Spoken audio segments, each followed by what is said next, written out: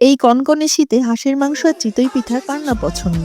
এই অসাধারণ খাবারের কম্বিনেশনটা আমাদের সবার এতই যে পছন্দের, তা আমরা এই আয়োজনের মাধ্যমে আরো একবার বুঝে গেলাম।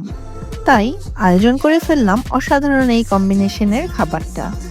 কনকনে শীতে গরম গরম হাঁসের মাংস আর এই গনগনে আগুনের মধ্যে, বাহ! কি দারুণ! লাকড়ির চুলার হাঁসের মাংস তো আরোই অসাধারণ। সাথে যদি চিতই পিঠা হয়ে যায়, তা তো জমে যায়, তাই না? তাই আমরা সবাই মিলে আমাদের ছাদে অসাধারণ এই হাঁসের মাংস আর চিতই পিঠা আয়োজন করে ফেলেছিলাম। সেইটা করেছিল আমার শাশুড়ি মা। তার হাতের হাঁসের মাংস সত্যি মানে কি বলবো, জাস্ট বলার মতো না। না খেলে আসলে বোঝা যাবে না হাঁসের মাংসটা কেমন ছিল, কেমন হয়েছিল। দাওয়াত তো দেওয়া যাচ্ছে না আসলে। তারপরেও কেউ যদি রিকোয়েস্ট করে থাকেন, কমেন্টস করতে পারেন। নিন, দাওয়াত হয়ে যাবে। দারুণ একটা আয়োজন, সেটাই আপনাদের সাথে আজকে শেয়ার করলাম। For watching.